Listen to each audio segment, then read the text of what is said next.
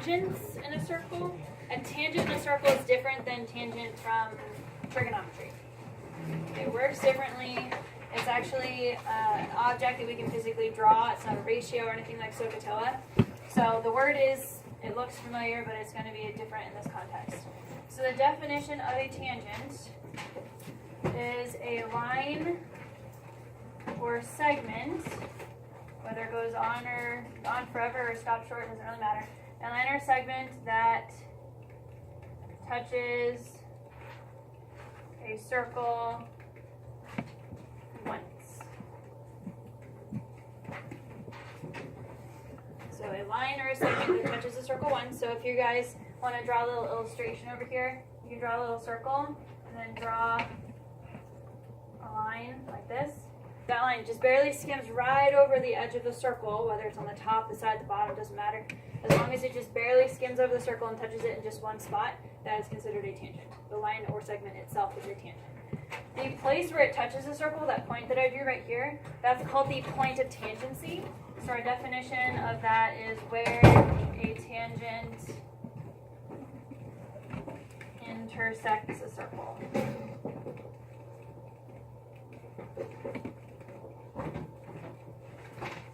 Right? So the tangent is the line or segment that touches the circle once, and the place where it does that is called a point of tangency. So there are two theorems we're going to be learning about today that have to do with the tangent in a circle. Before we get to those two and learn about how we can use them to solve and other things like that, I just want to really quickly recap all the vocabulary that we've learned so far and the notation and everything like that. So that's what we're going to do in this little section before we move forward. So first of all, look for point D in that diagram over there. What would be the official vocabulary term I would use to describe point D? It's a point of tangency. If at any point on the edge of a circle you can see a line or a segment using that point as the spot where it touches the circle, that is considered a point of tangency. What would I call FH? Line FH. That is a tangent. It's actually a special type of tangent. It is actually called a common tangent because that is a tangent to two different circles. You guys see how FH is both a tangent to the bigger circle and the smaller one? Now, do you guys see how it goes in between the two circles? The two circles are like this, and it's going inside of them. So this is actually called an interior tangent as well. I'm going to put that off in parentheses. Because there's an interior common tangent and an exterior common tangent, and it's depending on whether it goes in between the two circles or it goes outside the two circles to create that tangent. What would I call C? Midpoint. Center. Say center. C is officially a center for circle C. What about segment AD? It's a segment. Diameter. And then segment CD is a radius. Line DE. It's another common tangent, but you see how that one's now outside instead of in between? So that would be a common tangent exterior. So the common tangent can either go in between the two or outside the two circles, and that's the difference between interior and exterior. Alright, what would I call angle ACH? No? Angle symbol, angle ACH. No. Look. Angle ACH. What kind of angle would I describe that as? No. Vocabulary word. No. Nope. Minor is referring to arc. No, this is not an arc measure, guys. It's an angle. I want to know what I would call this specifically to how it's drawn in the picture. Close. Central angle. That's a very important vocabulary word and concept for you guys to be familiar with. Especially since we're going to be learning about inscribed angles, which are different than central angles in a very important way. We're going to be learning about that on day 4, I think. 3. Or day 4. Alright, so again, you have to know the vocabulary, whether I'm asking you to identify what it is by giving you a name, or I give you this and I ask you to write an example of one of those things. Like if I said, can you please write down what an example of a central angle would be? You need to be able to write it correctly, first of all, know what it is, and then use the notation correctly. Do you guys remember what the symbol is or the notation for an arc? It's a curve, right? You have to make sure you're careful to distinguish whether it's straight for a segment or a curve for an arc. How many letters do you use for a minor arc? 2. How many do you use for a major arc? 3. How many do you use for a semicircle? 2. 2 or 3, it doesn't really matter, but usually 2.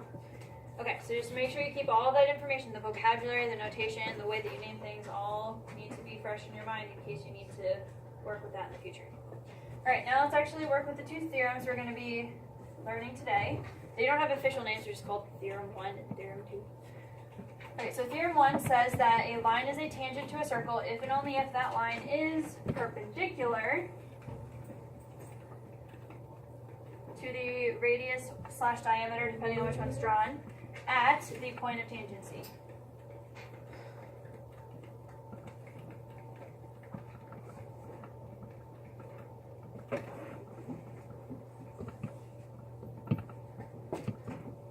It's important to notice that this is a biconditional, so it will be true in both directions. You can first have a tangent and then conclude that it is perpendicular to the radius or diameter, or you can first have that something in the picture is perpendicular to the radius / diameter, and therefore you can conclude that it's a tangent. So it works both directions. Now you know it's a tangent and then you get perpendicular, or you have the perpendicular first and therefore you can conclude that it is a tangent. The way that it would be drawn would be like this. You could either just have half of this, you could just have a radius drawn, or you could have a full diameter drawn. Regardless of what you have, whether it's a radius or a diameter, as long as it's coming from the center, it will be perpendicular to the tangent at the point of tangency where they meet. Okay? So the first thing, we are going to see that more on the other side of the page, how to use that more concretely in solving. But before we get to that, the first application, this is going to be the Q arrow P direction of this biconditional. This kind of question here is going to be, first you want to know if you want to see if it's a tangent. So in order to do that, you would see if they're perpendicular, and then you conclude that it's a tangent. So this is using this theorem, but in the reverse way of reading this. And so if I ask you, is a tangent being shown, you would want to prove that that is perpendicular. If you can prove to me that that is perpendicular, then you can conclude that it's a tangent. So how would I prove that that is a right angle? Which would then in turn prove that this is a tangent. How would I do that? How would I prove that that's 90 degrees? Yes. You use Pythagorean theorem. You're going to test it, right? If this was a 90-degree angle, would the Pythagorean theorem work? Yes. If it was not 90 degrees, would it work? No. So that's what we're going to see. We're going to check to see if 8 squared plus 15 squared is in fact equal to 17 squared, because if the Pythagorean theorem works, it proves that that was a 90-degree angle. Is that a true statement? Yes. So was the 15 in fact a tangent? Yes. Alright, what about this one? Where would I hypothesize the right angle going? Between the 5 and the 2, the radius and the supposed tangent. How would I use the Pythagorean theorem to prove this? What would it look like? Yep. Wouldn't it, like, if the value of the hypotenuse is less than one of the leg, doesn't that, like, make one of the sides just... Nope, you're going the wrong direction. Can somebody tell me what the Pythagorean theorem would look like? 2 squared plus 5 squared. What does that need to be equal to? No. 6. Thank you. Somebody's paying attention. What's the full length of the hypotenuse? What is the full length of the hypotenuse? 6. Why? 2 is a radius. Because there's another radius here.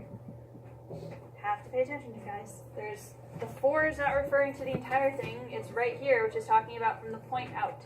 So to get the full length, you have to use the other radius that's there. 2 plus 4 is 6. Is the Pythagorean theorem valid in this scenario? No. So was the 5 a tangent? No. So that's how you would approach that kind of question if they're asking you to confirm if it's a tangent or not. You test the Pythagorean theorem and make sure you're paying attention to the diagram, whether you have all the information or need to add something. Sometimes we'll do that too. Alright, so hold on to that thought. We'll see how that theorem will help us again in a little bit. But just remember the tangent and the radius / diameter are going to be perpendicular. Our next theorem, which I like to call the clown hat rule, some people call it the ice cream cone rule. This one says you guys have 2 tangents. Alright, you have 2 tangent segments that are coming to a circle. They're coming from a common exterior point.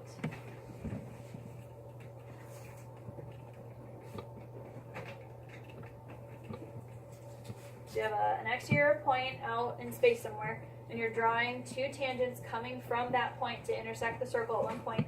Those 2 tangents are going to be congruent to each other. The tangents themselves. Okay? So the way that you would label this picture, those 2 tangents right there, because they're coming from the same point and they are tangents only hitting the circle in one spot each, those 2 would be congruent. Now if you think of it like, you know those corny pointy party hat thingies with the annoying elastics, right? If you have a hat, right, if the side lengths were different, it would be crooked off to the side, right? Probably wouldn't work very well as a hat. So that's why some people refer to it as the clown hat rule, or an ice cream cone, you wouldn't want one side drooping more, although that happens in a waffle cone. But anyway, if you don't have the 2 sides equal, then your ice cream will fall out. So if you think of it as like a hat, right, you want the 2 sides of the hat to be equal every time, right? So that will be true if there are tangents that are coming from the same point. They have to come from the same point for that to work. So those are your 2 ideas for this lesson. The perpendicular relationship between the radius, diameter, whatever one you have, and the tangent, and then the fact that 2 tangents coming from the same point are going to be congruent. So let's see how we can apply those to these questions, and then there are more of a different type of question on the other side of the page. So which theorem do you think would best apply to this one right here? Theorem 1 or theorem 2?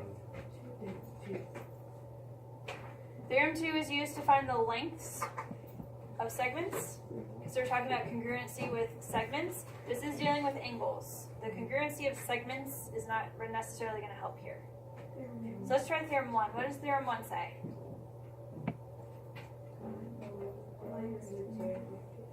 The tangent and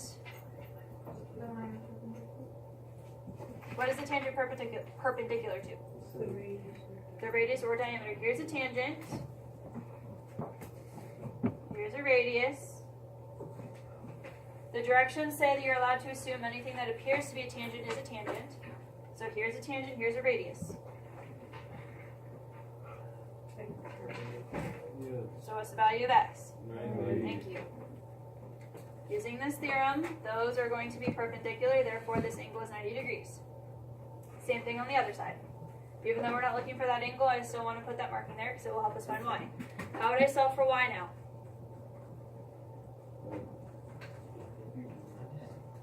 You add it, so you make it 360. Okay. Don't divide anything in half. How many sides? Of everything that I've traced, how many sides does that have? It is a quadrilateral. What should all the angles in a quadrilateral add to? And I have 3 of them. I just need the 4th. So if I do the 2 90s, which is 180, and the 70, and the x, those should all add up to 360. So what does that give me for y? Should give me 1 time.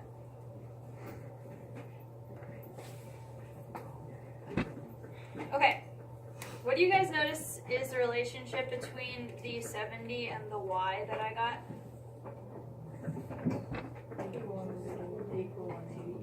Okay, do you think that's a coincidence or that will apply every time? Think it will happen every time? Think it's just a coincidence? No. Wait. Okay, let's try this one. Let's try this one. Hold on.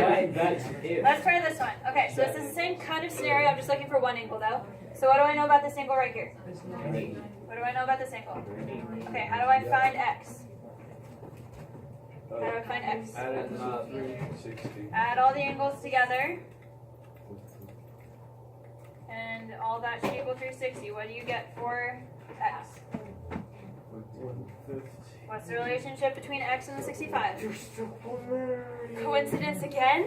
Yes. No. Yes. No, it's not. Yes. Who can tell me why this would be a consistent pattern? It will be true every time that these opposite angles will always be supplementary. Miguel? You always have to subtract 180 because the two angles that the triangle fall into the circle are Yeah. Aren't these by definition with the theorem always going to be 90 each? Yeah. So you always have 180 accounted for of the 360. So that means that the other two have to be responsible for the other 180, so they will always be supplementary.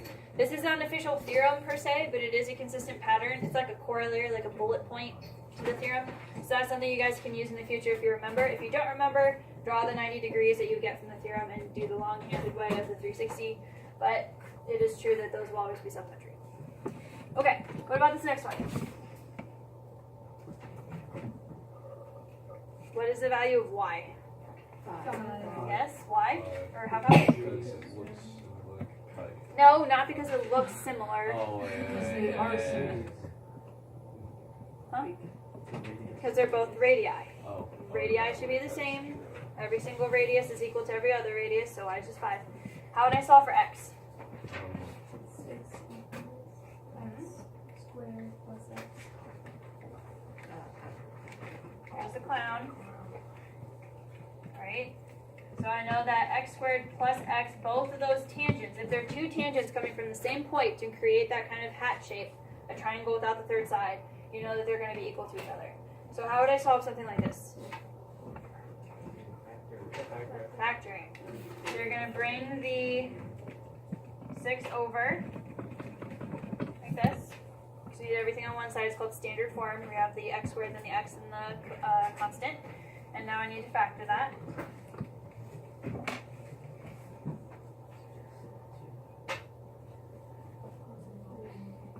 Positive 3, negative 2. And then from there you actually get the x values by setting each of those equal to 0 to get x isolated. So what are the two values you would get for x? Okay. So remember, every time that we've factored, you guys always have to double check to see if the numbers make sense. In the past, you might have plugged them in and gotten a side that was negative, or you plugged it in and it didn't get you the number you were supposed to get. So anytime you guys are factoring, always double check. So I'm going to take the negative 3, I'm going to plug it in. Negative 3 squared plus negative 3 is 9 minus 3 is 6. Is it supposed to be 6? Okay. 2. 2 squared is 4 plus 2 is 6. Is it supposed to be 6? Yeah. Yes. So both of those numbers will work for us. Yeah. If you're on your phone, it should be in your bag. Alright, are pretty good with that one? Yes? Okay. How would I approach the next one? Okay, so this is another clown hat rule. We have two tangents coming from the same exterior point. So I would set them equal. I'm going to move the screen up a little bit so I have Okay, so I'm going to say that 4x squared plus 5x is equal to 5x plus 16. What would I do algebraically?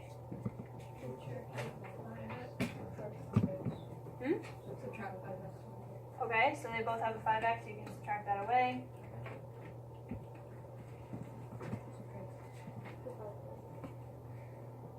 Well, there are two ways to approach this. There's a factoring way or a non-factoring way. Yes?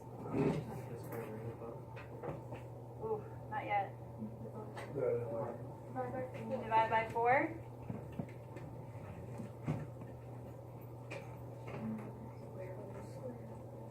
That would give you... I don't want to be too picky about this because technically it's positive 2 and negative 2. I don't know if you guys really need to worry about that at this point. You will in Algebra 2. But technically at this point you guys want to just remember, I'm not going to be super picky about it in geometry, but in Algebra 2 it's very important. Anytime you take the square root of something, it's the positive and negative version of that number. Because positive 2 times positive 2 is positive 4, and negative 2 times negative 2 is also positive 4.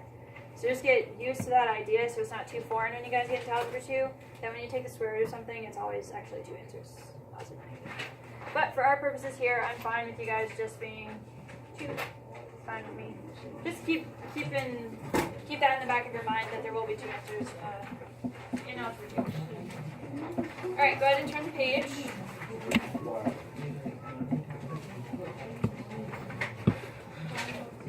All right, two new concepts that you guys could use these formulas. The first one, we're going to be finding a perimeter of a polygon, given only just snippets of it. And then we're going to see how we can solve for different segments when they're drawn like this in the circle. Alright, so first the upper examples, I'm trying to find the perimeter of each polygon. What do you need to know in order to find the perimeter? Sides, right? You need to add them all together. Well, they haven't provided that for us. They've given us two full sides here, but they've only given us snippets of those two sides. So our mission is to use anything that we know about tangents, because again, they've said anything that appears to be a tangent is a tangent. So we're going to use what we know about tangents to help us fill out the information so we can actually find the perimeter. So, do you guys see how I have 4 tangents here? 1, 2, 3, 4. They're all touching the circle in one spot each, so that makes them all a tangent. Do you guys see how there are 4 hats in this picture? Yes. There's one here, one here, one here, and one here. Okay? If the number of sides that you have going around a circle, that's how many hats you're going to have. Okay? So now what we're going to do is focus on finding the missing pieces that we need to get the perimeter. So I already know this full side and I know this full side. I need to find this section and this section so I can actually fill out the picture. But we're going to have to do a little bit more work than just figuring. You have to do some chopping up of the full size to figure that out. So let's start with this 8.6, right? Is there anywhere else where there might be an 8.6? Where? If this is 8.6, then shouldn't this be 8.6? Okay. Using that, if I know that this is 8.6 and the whole thing is 15, what would the pink section be?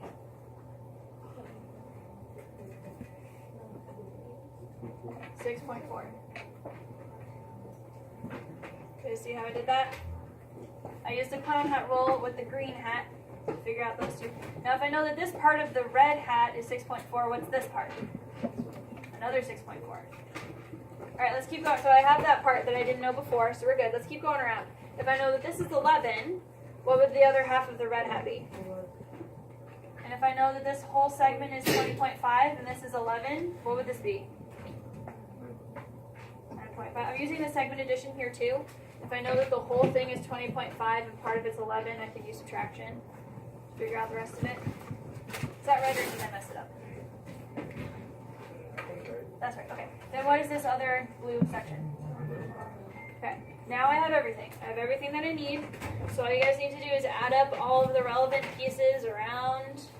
You could add up all the small pieces, or you could just go the full lengths and then add these two together, whatever. Figure out what the full perimeter is around the shape.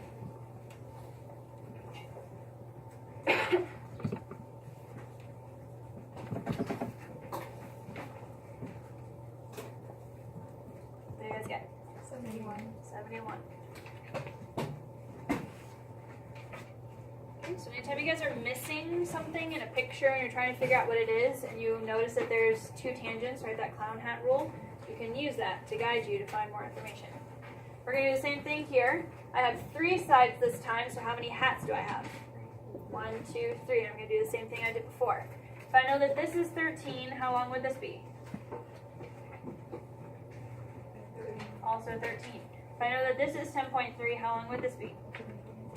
Okay. I know the whole segment here is 20.7 and part of it is 10.3. What would the other part be? And then that's this hat. So what would the last little bit that I don't know, what would that be? So again, you work your way around, getting all those little parts to be equal if they all belong to the same hat.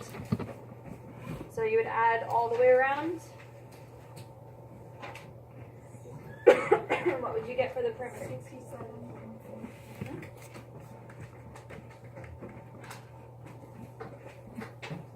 Okay, so that's another way that you guys can use the clown hat rule. That the tangents from a common external point will be congruent to each other. Okay? Questions on that application?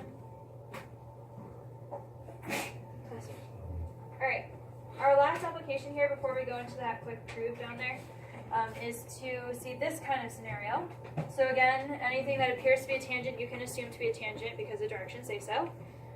We're going to be using decimals instead of simplified radicals. I'm giving you permission in this application, but if you can use simplified radicals as much as possible, but if it would be difficult, especially if there are already decimals in your question and you have to take a square root of a decimal, it kind of is unavoidable. So that's why I'm giving you permission here in this type of variable.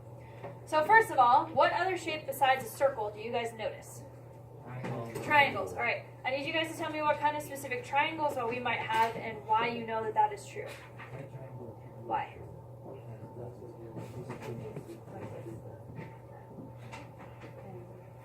Anybody want to actually, instead of mumbling, Alex? Okay, so where a tangent meets a radius or a diameter, depending on what they've drawn, it makes a 90-degree angle. So in this shape, within the circle, I actually have a right triangle. Now my very strong recommendation for every single one of you is to redraw the right triangle outside of the circle and relabel it.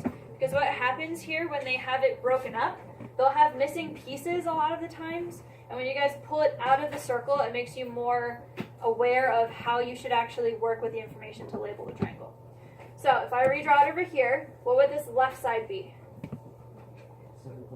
Okay, what would the hypotenuse be? That's what the brackets mean, from end to end is 12.5. What would this side of the circle be? 2x. If you look back at the circle, this x is only referring to the radius, right? But the entire bottom of the circle is the entire diameter. So you have to do 2 of those. Right? Redrawing the triangle kind of forces you to look at the picture differently. So hopefully you guys won't miss that when you guys are doing this process. Alright, now how would I solve for x? Pythagorean theorem. So 7.5 squared plus 2x squared equals 12.5 squared. Hopefully you guys remember why I put parentheses here. When we first learned Pythagorean theorem, when we had stuff like this, remember we had stuff like that? We would put in parentheses, what do we do? But how? You distribute the square, right? So anytime you guys have a term that has multiple parts to it, like a coefficient or 2 things that are being multiplied together, you have to remember to distribute the square. So it's very important you guys include the parentheses here around the 2x, because there are 2 parts to that term. You're going to have to square both the 2 and the x when we're working here. So again, decimals are not avoidable here. We have to use decimals. So as we're working, whatever this is minus what 12.5 squared is ends up being 100. It ends up being something nice. Kind of skip steps a little bit in my answer key here, so I don't know exactly what those numbers are. But if you subtract them over to the side, it gives you 100 even. And then again, you distribute the square, so this becomes a 4, and that becomes x squared. What would I do from here? Divide by 4, which gives you, and then you would take the square root, which gives you 5. So x is 5. What? What? I just did it a different way than I tried. What was your different way? I just used the whole sign, just called it b squared, and then I just Divided in half?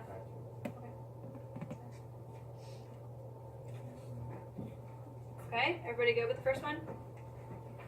Alright, over here again, we have a tangent and a radius. I know they told us what the diameter is, but the triangle is only using a radius, so I'm not going to draw the whole thing. I know that those are a 90-degree relationship. I have x on the top. What would I have on the left side of the triangle? 15. Because they gave me the diameter is 30, but the triangle's not using the full diameter, it's only using the radius, so 15. And then what would I call the hypotenuse? Nope.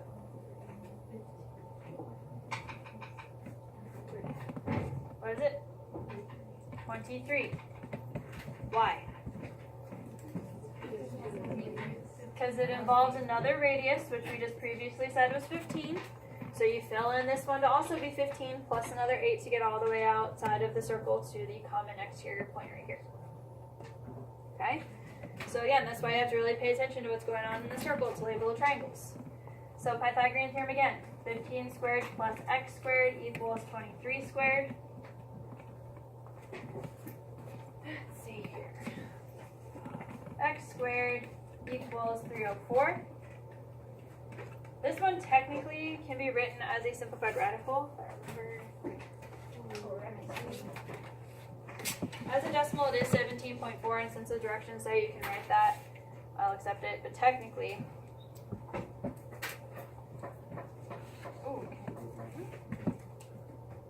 it should be 4 root 19 as a simplified radical, or 17.4 as a decimal. Again, I really do prefer that you guys give me an exact answer, so if it's a radical that can be simplified, go ahead and do that. Just a lot of these questions involve decimals to begin with, so it's hard to avoid them.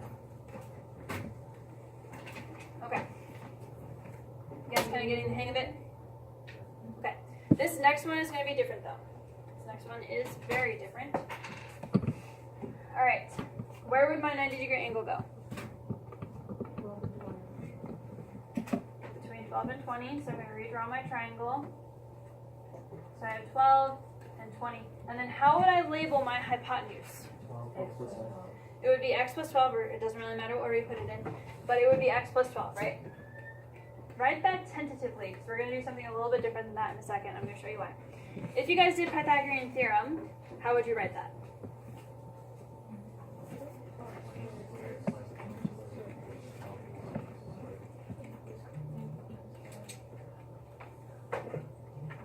Why did I didn't get it. 12. That's my fault. Sorry. Okay. You would write it like this, correct? Okay, don't follow. Just watch. Don't actually write it because we're going to do something different.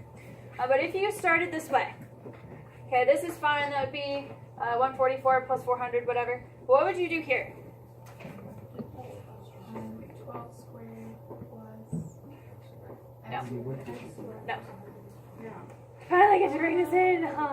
This is primarily for Algebra 2 because my Algebra 2 students make this mistake all the time. You are not allowed to distribute squares if there's an addition or subtraction inside of the parentheses. When we were over here, there was no addition or subtraction. It was multiplication. You can distribute powers if it's multiplication. But if there's addition or subtraction, you cannot do that. Okay? Do you guys remember what you would do instead? FOIL. This would technically, hold on. Don't actually do it. Okay? This would technically be x plus 12 times x plus 12. You have to write it twice and do first, outer, inner, last. Simplify, move everything over, factor, bleh. Okay? I have a way that you guys can avoid all of that. Okay? If you like busy work, feel free to do that. But there's an easier way that we can avoid all of that, FOIL, factor, all that kind of nonsense. And it's going to be using a stand-in variable. Okay? Writing on the hypotenuse, whenever you guys have a situation where you have a variable and a constant being added together, they're not like terms, you can't combine them, it's something plus something else. Instead of writing that, I would like you guys to write y. And then define y as x plus 12 up here. And write it like this. We're using y as a substitute. We're going to figure out what y is. Y is representing the entire length of the hypotenuse. So if I can figure out what y is, I can subtract the 12 away, and that will give me x. Okay, so that avoids the FOIL, it avoids the factor. This is a quicker way of doing it. It's more effective. So when you guys hear me say the stand-in variable, this is the method I'm talking about. So we're going to do that process I was just talking about. That is 544, right? Did my mental math correctly? Yeah. And then you take the square root of that. Since we're going to be doing subtraction, go ahead and write as a decimal instead of a radical, so we have like terms. So what would the square root of 544 be? Okay. Now, once you get what y is, I'm going to go back up here. I wrote this on purpose. I'm going to go back up to this equation, and I'm going to plug that in. So 23.3 is the same thing as x plus 12, and then I subtract 12 to get x by itself, which is 11.3. Much more effective than FOILing and factoring. There are scenarios where, unfortunately, you cannot avoid FOIL and factor. I think that's this example right here, which I'm going to show you how to do that. You're not allowed to skip that process, but it won't be that bad, I don't think, for this one where you have to FOIL. But This one, it would be really nasty if you had to FOIL and factor. So use that process whenever you can. Okay? Questions on that? Alright, let's try the next two and then our proof. And we'll be done with this lesson. Hello. Alright, the 90-degree angle is between the tangent and the diameter. So here's my triangle. I have 5. How would I label the left leg? It would be, nope, this one right here. This would be 12, because the radius was 6, so there's another 6 right here, so in total it is 12. Pay attention. And then the hypotenuse, how would I officially, specifically, label this? Like before you do that special trick, what would this technically be? Okay, so instead of writing x plus 3, because those are not like terms, if you have a variable plus a constant, things that are not like terms, that would mess everything up with the plus, I'm going to use a y instead.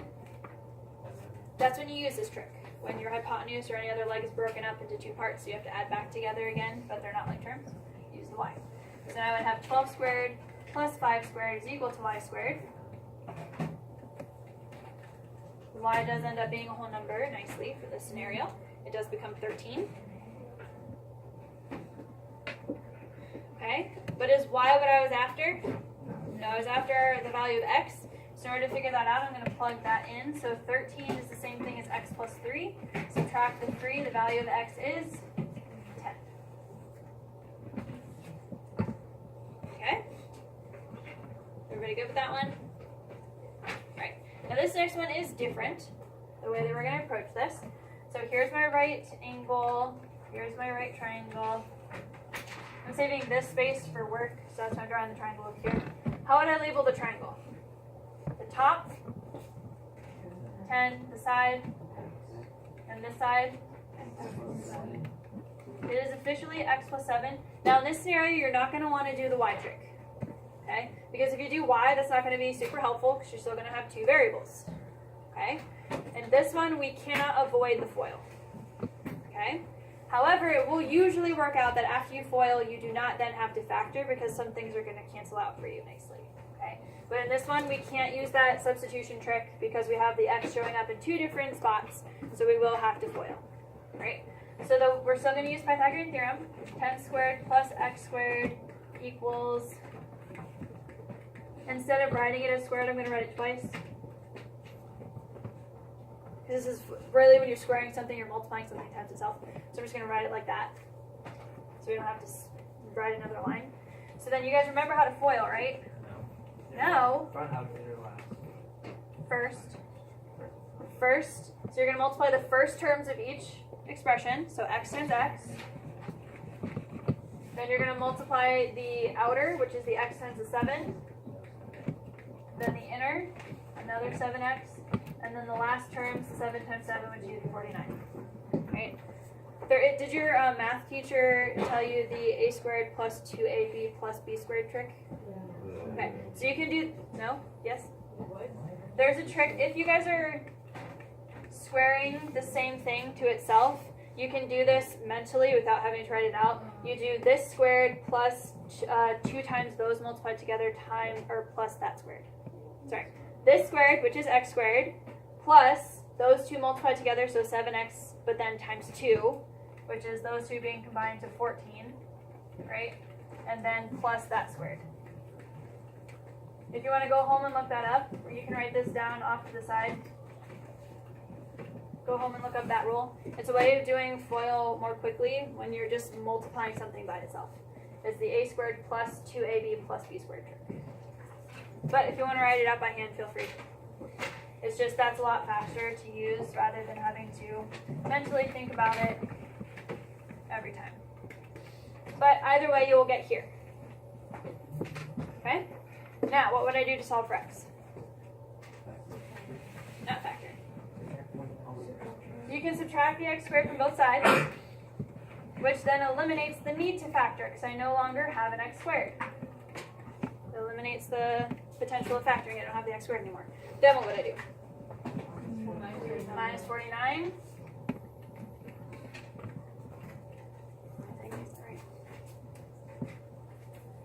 everyone? Is that right? Okay, and then you divide by 14.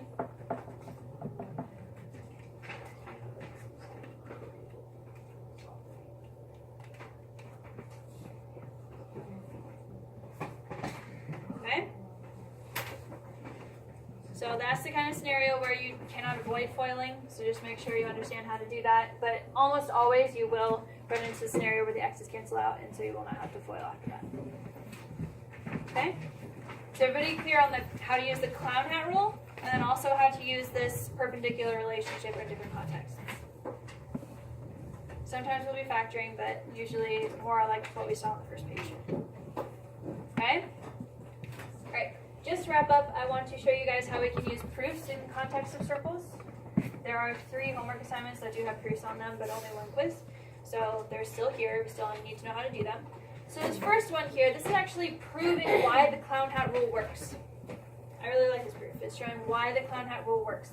So what this is saying, what I know so far is that CA is a tangent and RA is a tangent, and I'm trying to prove that they're equal to each other.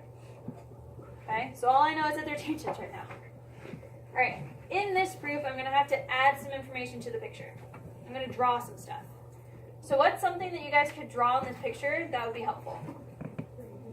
Radii. Let's draw some radii that connect P to C and R. I'm going to draw those in. What do I know about those? They're equal, right? They're equal. So I can say that PC is congruent to PR, right? And just radii are congruent.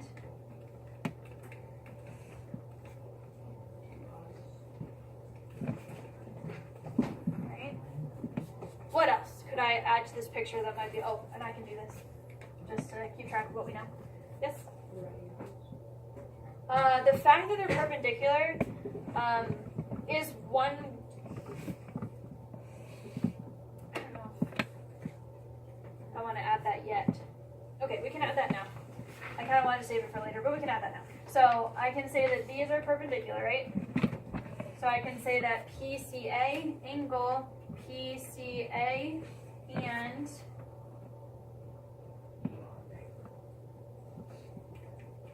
that's PCA and PRA. PRA are right angles. Sorry, I kind of ran out of room with my writing there. And how do I know that? There are a lot of theorem ones in this unit, so you could avoid just calling it theorem 1. Just briefly explain what it says. So we can just say that tangents are perpendicular to radii. Because they don't have a special, anytime they don't have a particular name, you do have to explain really quickly what the theorem actually says. Alright, so I know that those radii are congruent. I know that I have those 2 right angles. What else can I do? Say again? That's what we're trying to prove. We don't know that yet. We're trying to prove why the clown hat rule works. Okay, I can draw this. What do I know about that? It's congruent to itself. So I can say PA is congruent to PA, and what allows me to say that? Reflexive. Okay, do you guys see where we're going? We have triangles. You guys see the triangles there? What do I know about those 2 triangles? They are both right triangles. They are congruent to each other. Why? Hypotenuse leg. Because they're right triangles, so I can say that triangle PCA is congruent to triangle PRA by what rule? Hypotenuse leg, because they're right triangles and they have a leg that's congruent and the hypotenuse that's congruent. And so why would I then say that CA is congruent to RA? CBCTC.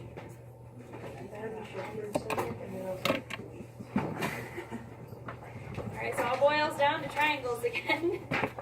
So I thought that's a pretty cool proof to actually see why the clown hat rule works. It's all triangles. Alright, does anybody have any questions?